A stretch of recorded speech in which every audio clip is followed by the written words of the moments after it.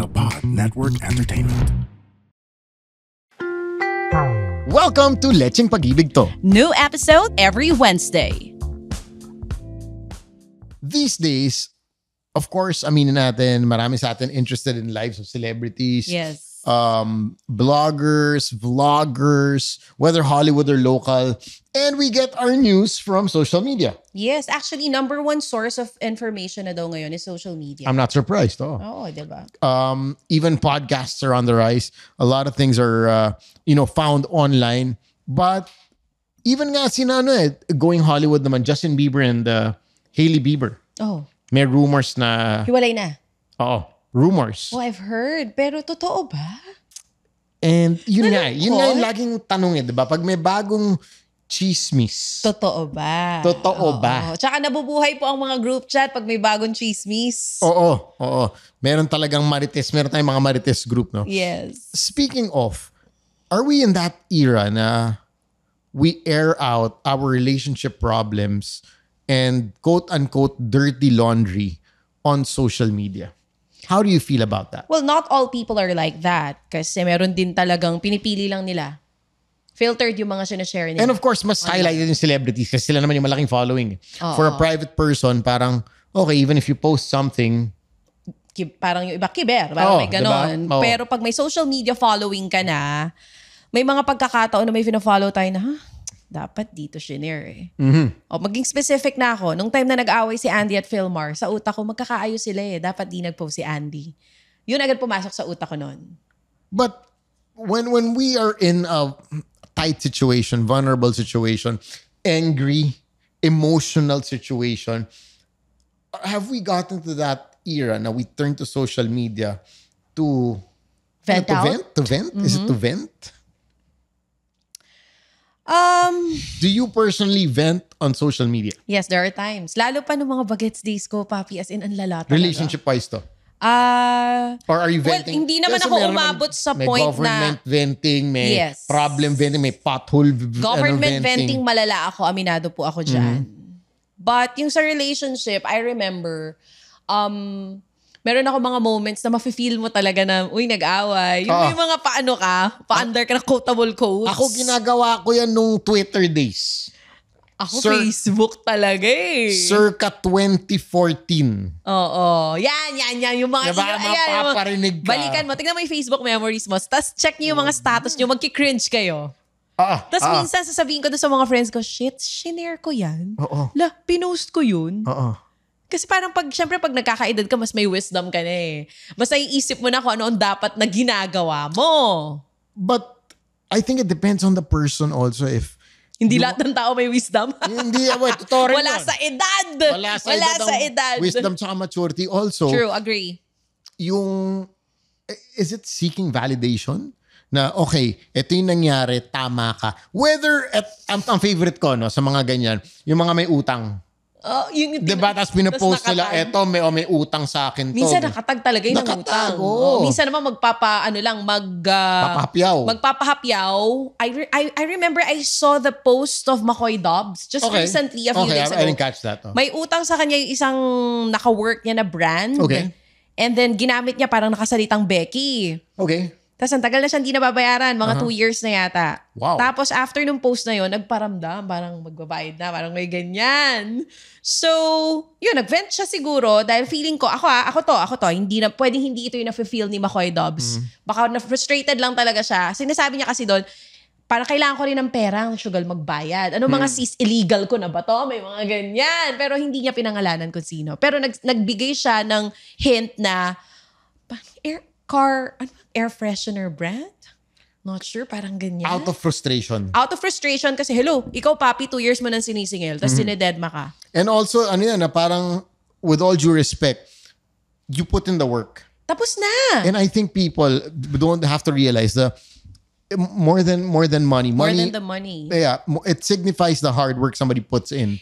Whatever job you're doing, whether you're a clerk, you're a influencer, you're a celebrity, you're a doctor, you're a lawyer, kung ano man profession mo, lahat tayo nagtatrabaho. True. Trabaho takes your time, takes effort, blood, sweat, and tears, and let's say even if you lend money to someone, Yan na, and utang. sa Pilipinas, alam na, I'm not saying this dahil Bombay ako. Sinishare ko At lang may pa talaga. 5-6 ka. Hindi. Ikaw na nanguna. Alam mo, papasok ko eh. Oo, lahat tayo, we work hard for our money. And, Ay, talaga ba? Lahat tayo? well, may name tayo, pero off-air na lang, no? But, ito nga yung minsan, yung respect mo for that person. Let's say, humiram ka ng pera sa isang tao.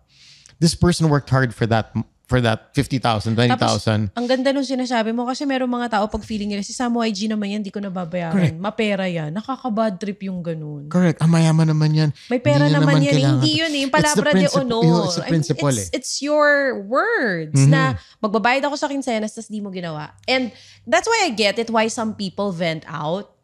Mapa-social media man yan or saan. But let's be specific. Yung pag-post sa social media, mapautang, about the relationship. Or whatever thing you are probably going through in life. Okay. Here's the thing. Ako, for me, basta bago siguro natin i-post, lalo pa nasa peak tayo ng emotions natin, baka dapat tanungin mo muna yung sarili mo, gusto ko ba talagang i-post to? Anong kahihinatnan pag pinost ko to? Or cool down muna bago ko mag-decide if I'll post this? I mentioned this before in our previous episode na I'm lucky that I have a wife who always keeps me grounded and Always tells you. o kaya Samdi, okay. minsan nga na-post ko na, sabi niya, Take it down. baba mo yan. Kasi sabi niya, bukas, basahin mo yan, hindi mo na magugustuhan yung pinost mo. It's not gonna be the same thing. But I like what you said, that Cool down muna. cool down muna, keep yourself in check. But in the heat of the moment, syempre, galit na galit ka. So gusto mo talaga ilabas. And it also helps na may validation from other people. Sabi na, your friends would react na, ay, alam mo, tama ka. Yes. Tama ka, gago tong I feel na you. to. May mga ganon. Or I what understand. happened? Sometimes kasi ganun lang. Gusto mo lang may kumamusta sa'yo. Di ba? Correct. May mga ganon. Or minsan, meron naman mga nagpo-post. Halimbawa, hindi celebrity. Ako, ang reason ko before, kaya ako ma-post, gusto ko makita talaga ni Mike na, uy, kasalanan mo, mag-sorry ka. Parang ganyan. Para sa partner talaga. May mga ganon. So kasi hindi ko sa... ganon. May Yes. ano ka. Or sometimes yung mga parang pag nag-e-emote ako, tama. Yung, gusto ko lang i-validate na Diba? tama yung nafe-feel mo. Or gusto ko lang may magsabi na, hey, feel good. May mga ganon tayo minsan feel better. Oo. Get well soon. Mga ganyan. As a matter of fact, I remember we had this topic before me and sa Boys Night Out pa. Posting na, di ba, pag na-hospital ka, meron kang medical tag. Yung pa-post mo. Pero hindi mo sabihin ko ano nangyari sa'yo. Correct. Yun lang Meron yung post mo. pa pa-quiz sa mga followers mo. Alam mo lang na check-in ka. What happened? Na-admit. Check-in pala pang hotel. Anong check-in? Puro Admit. motel nasa utak mo eh. Hindi. Porque Valentine's Day. Na-admit. Sa hospital, admit pala hindi check-in. Oo, check. Admit. Diba? Pero you don't tell people what happened to you. Because you just show the post na, I'm in the hospital. Why did you post it? You want people to say what happened? You want them to care for you? You were Well, looking I for don't that. see anything wrong with it. It is probably you looking for that it's not validation. Is there Somebody- something wrong with it? sympathy, I guess. Na parang may magtanong sa'yo, ano nangyari? Ba't ka nasa hospital? Yun na nga, kasama Kasi din. pwede mo naman isama sa post, in the hospital for dengue. Yara. Boom. Tapos ang kwento. Get well soon. Pero minsan kasi hindi. Meron tayong post na hospital band lang. Oo. Oh. Paandar, no? Diba? Or minsan Yung paandar, may yung paandar, kandila, yung papalitan na lang bigla, tapos hindi mo nga, yung nasa joke ni Alex yun no? Yung sa profile picture sa Facebook, bigla ka na lang magpapalit ng kandila, pero di mo sinabi kung sino yung namatay. Correct. So ang gagawin daw, pupunta ka sa Facebook profile ng tao na yon, i-check mo sino ang nawala talaga. And ilang minutes ng oras na nasasayang. Kasi nag-investigate ka pa. Sana direkta na. Diba? Ngayon, diba, let's say, there are a lot of, some of our favorite issues are na kumalat, I guess yung Catherine Daniel, diba? Siyempre, research ka ano nangyari. Oo, Catherine Daniel. Sino may kasalanan. May third Because they party both pa. posted. Nahiwalay na sila. Nag-thank you sila sa isa't Are isa. we in that era na pag nag-break, kailangan mag-post ng thank you? I think for for those people like them, they owe it to their fans. Minsan kailangan kailangan sa kanila mismo manggaling na wala na talaga. Kaysa mag-assume pa yung iba. Yung sinasabi natin kanina, nag-post ka nung parang band-aid sa ospital. O ito sila na nagsabi na hiwalay kami. Yung parang Justin Bieber and Hailey, I think nagka-rumors because Nag-unfollowan? nag-unfollowan. Sino una nag-unfollow? Yun ang hindi ko alam. Basta malalaman mo kasi they don't follow each other Tapos dyan anymore. mo malalaman kung mag-jowa pa pagka nag-unfollowan na. Or hindi. Oo. Tapos lahat may speculations. Ano Dyan, nangyari? sa social media na rin natin nakikita kung friends pa ba sila ganito, hindi na ba sila friends, kasi nga may unfollowan na nagaganap. Correct. I think, sa akin kasi, personally, the less people know, the less problems you have. Agree. And I've been very vocal about that, even let's say, not just with status, relationships, or whatever, even material things. Sometimes it's better to keep things to yourself because not everybody who follows you or who is a friend is actually happy for your success. Ayo, may mga nag-aambang dyan na matawa na buti nga. Di ba? Or meron din people who would be jealous Yeah, of your what you have. success. Yeah. No? They are, hindi naman siguro na buti nga sa'yo. Hindi ganun, pero parang, gago to parang they can't accept. Na mas mataas ka na Yes. sa kanila. Mas mayaman ka na. Or you just being Successful happier. ka or mas happy ka. True. I know people that have shifted, let's say, tumira na sa ibang lugar, ganyan. And are starting to live a quiet life. Ang dami pa nilang bashers. Para ganito kasi yan. But eventually, it dies down. Kasi nga, they don't reply. They don't post anything anymore. And I've been hearing a lot more people really taking time off from social media. Unless trabaho talaga nila. Kung part talaga yun ng buhay nila or ng ginagawa nila or bread and butter nila yun. Kasi nga, it really sucks you in. Aminin natin. I don't know bakit as human beings wired tayo na ganun. Na gusto natin malaman kung ano nangyayari sa buhay ng ibang tao. Kasi innate talaga yung chismoso tayo eh. Parang curious tayo to find out what's happening sa buhay ng ibang tao. Pero I think we have discussed this before na hindi nga lahat ng nakikita natin sa social media totoo. So, probably yung kinaiinggitan mo, baka mas masaya pa naman talaga yung buhay mo sa kanya. Correct. Pwedeng ganun. There was a study that came out na nabasa ko na parang people who don't Post a lot. relationship couples that don't post as much. Relationship-wise. About their relationship are actually happier. Mas okay pa. Oo. Oo. Is it because do you think that people who post need to have that front na eto Okay kami. tayo. Eto kami, eto meron ako. Eto yung status ko. I can't say it's 100% accurate, pero feeling ko kasi... We talked about, in one of our episodes, the mga pasin flex, diba? Mga subtle flex. Yes. Simpleng yabang. Simpleng yabang. Oo. Or simpleng flex ng relationship. Not just that. Material relationship. Things or diba? anything. Balikan natin kanina yung pinag-uusapan natin na nandun na ba tayo sa era na lahat ng nangyayari pinopost natin. Well, not all people are like that. Naniniwala ako mas marami pa rin talaga yung pili at filtered yung mga pinopost. And sana ganun tayo lahat. No? Kasi I'm sure ako dumaan din ako sa era na lahat gusto ko talaga paalam sa mundo. Pero nandito na naman tayo sa era na may mga bagay pala na dapat sa akin lang. Or Hindi pala dapat lahat alam nila. Oo. Para curious din sila sa'yo. May ganun din di ba? Oo Kasi kung naman. lahat na binuyang-yang mo, ano pang ikaka-curious sa'yo ng tao? sino magaling sa ganyan? Sino? Na sikat? Na local? Oo. Si Bamboo.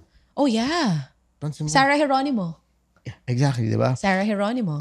Would hardly post. Bamboo would hardly post. Oo. Diba? Pero everybody's like, sobrang ano to, sobrang rockstar, sobrang sikat. Pero nobody knows. His life, his family. Diba? Kilala mo Pero ba? he has social media, right? Yeah, But yeah. there are people Promote lang niya naman. na wala talagang social media at all. Because for them, pag walang social media, walang problema. Because, perfect example, Ted Filon. No social media at all. Did you ever ask him why? Yes, I asked him Okay. and he said, Even Facebook wala. because he knows na may mga taong, may bashers.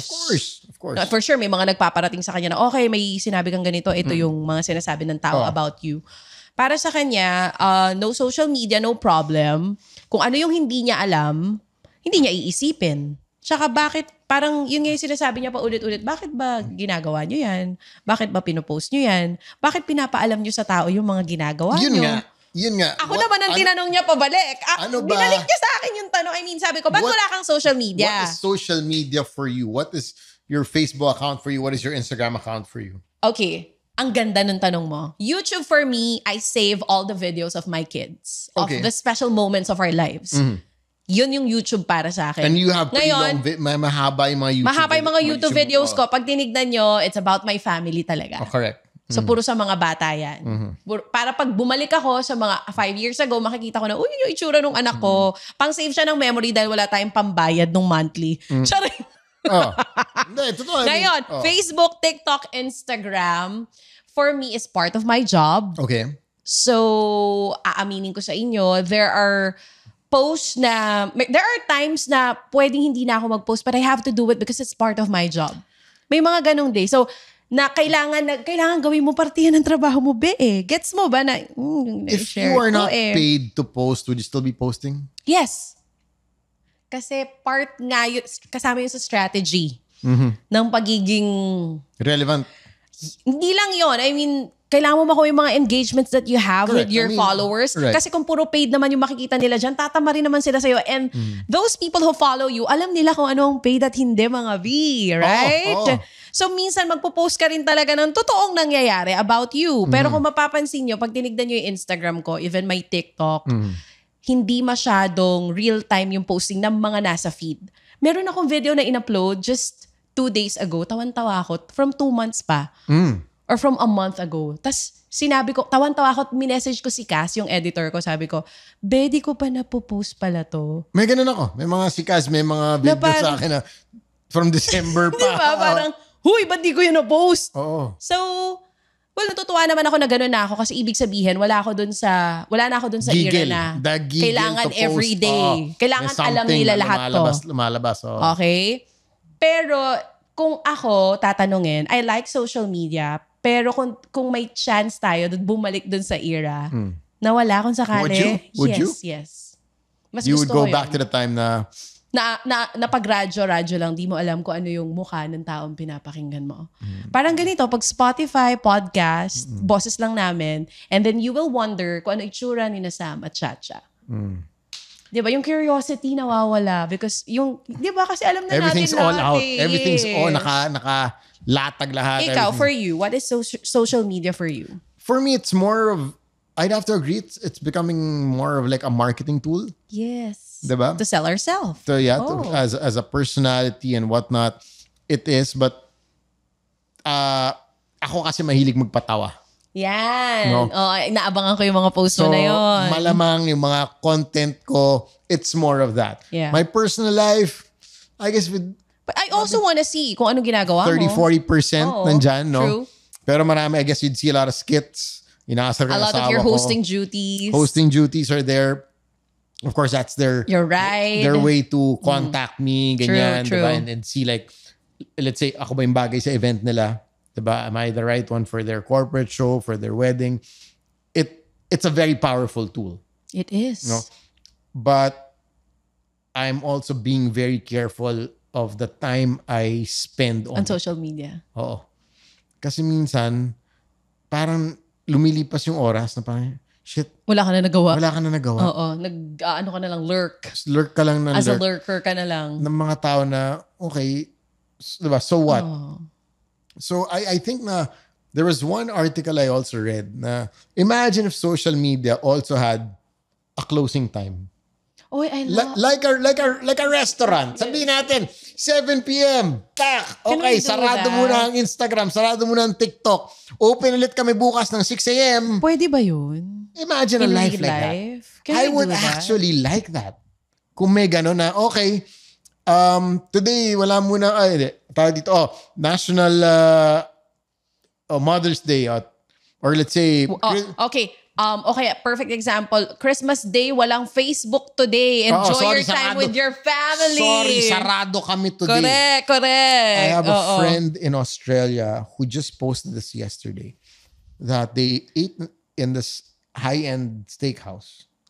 And let me just look for it. I'll tell you the rules of the steakhouse. And I found it very interesting, no? Let me read Where in that. Australia? Melbourne to. No? Ito ang kanyang... Kung saan mataas po ang work-life balance dyan Oo. sa lugar na yan. Correct. Ito ang rules ng steakhouse na to. Number 1, they have 7 rules. Number 1, we serve our house wine in tumblers. Usually, sosyalan, di ba? Tumbler ang pawain ng restaurant. Talagang parang gusto kang lasingin. Which I like. Yun ang nafe-feel ko. Which I like. You know, it's something different. I think every Can we shop... say the name of the restaurant? Sige. Sige. It is... Para sa mga listeners natin, baka nasa Australia or pupunta ng Australia. Bistecca. Okay, Bistecca. In Melbourne. Rule number 2, steak is only served in a dining room. Cooked to medium rare. So wag na kayo magtanong ng well done. Medium rare lahat. But once again, it's a restaurant strategy, diba? Eto, interesting. It gets interesting sa number 3. Rule number 3 of our restaurant. No phones in the dining room. I love it. So, iniiwan? Iniiwan. Pros and cons, yung mga food vlogger, walang mga, oh my God, ting steak pa kinain namin. Diba?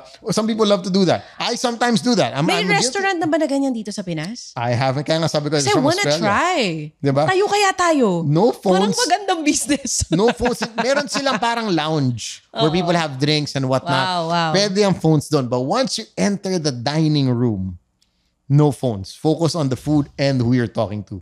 So, wala at all picture dun sa loob ng dining area ng restaurant na yan. Pero How was it's the experience? one of Ano the sabi best. ng friend mo? Everybody says it's one of the best steakhouses in I the wanna try. And now you're so curious. I wanna try. Kasi wala. See, that's what I'm saying. That's what I am saying. Curiosity. Nawawala na sa mga tao because we know everything about the people we follow. Rule number 5, martinis are served cold, dry, and strong. Number 6, please leave your troubles and phones outside. Yan na. Number 7, the only bitterness allowed can be inside your glass. Mga bitters. Oh, may ganun. Very interesting. I mean, on their official page, I could see may mga pictures ng mga steak nila. But I found it, this was just yesterday, I found it very interesting na meron palang ganun. Especially the rule na leave your phones. So on that note, I don't have kids, but I want to ask you, ano ang rules niyo sa bahay? No phones on the table? That's a good question. No phones during dinner.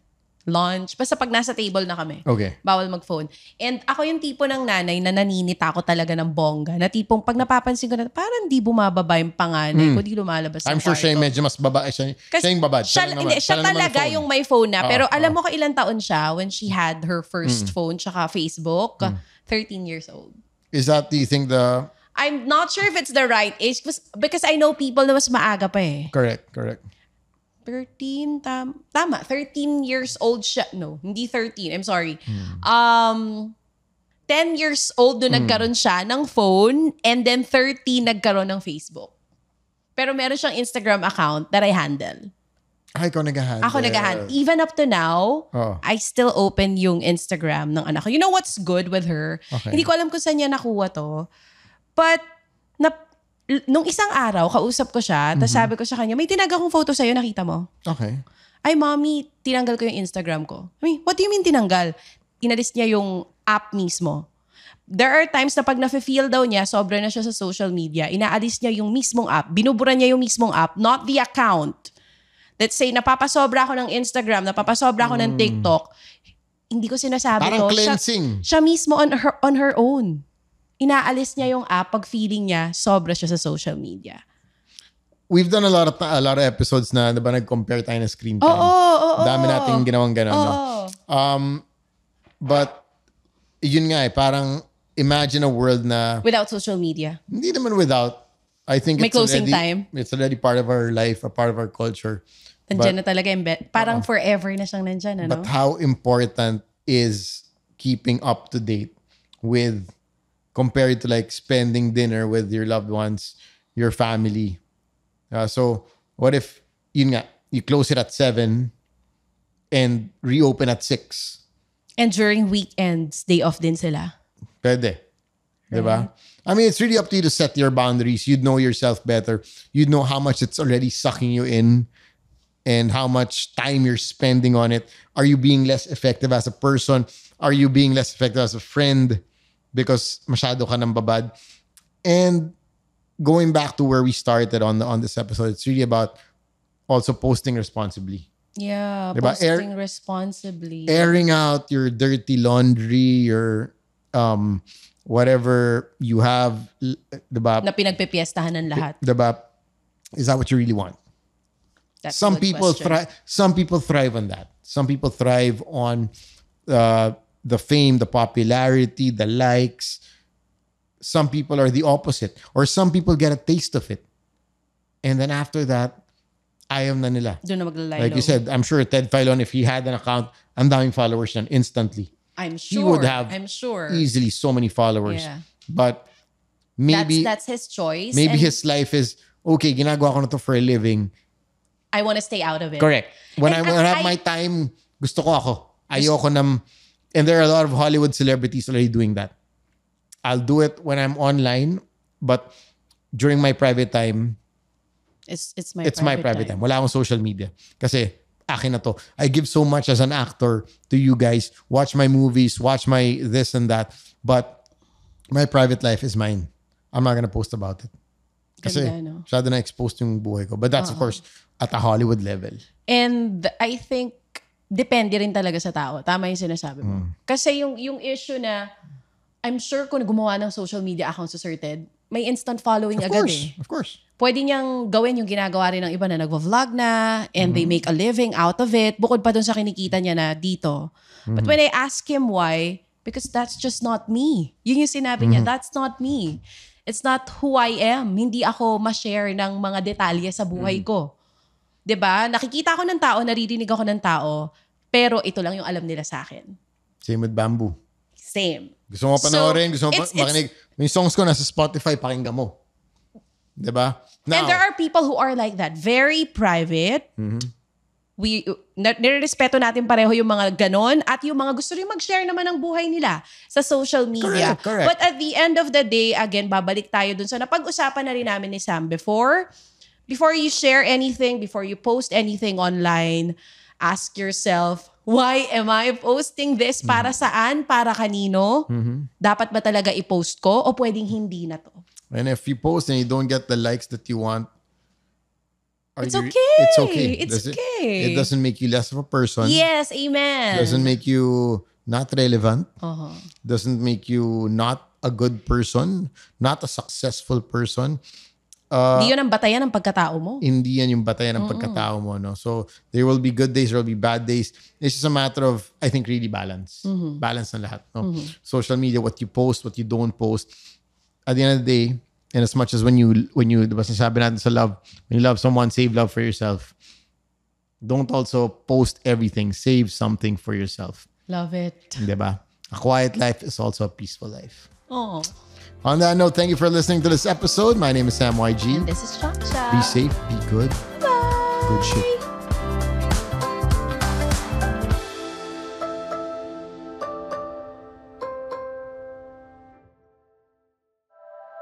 The opinions of podcast creators, hosts, and guests are not necessarily reflective of the official stance of the Pod Network Entertainment, its hosts, or other network programs. The content created by the people behind the podcast is personal and not meant to harm any religion, ethnicity, group, organization, company, or individual.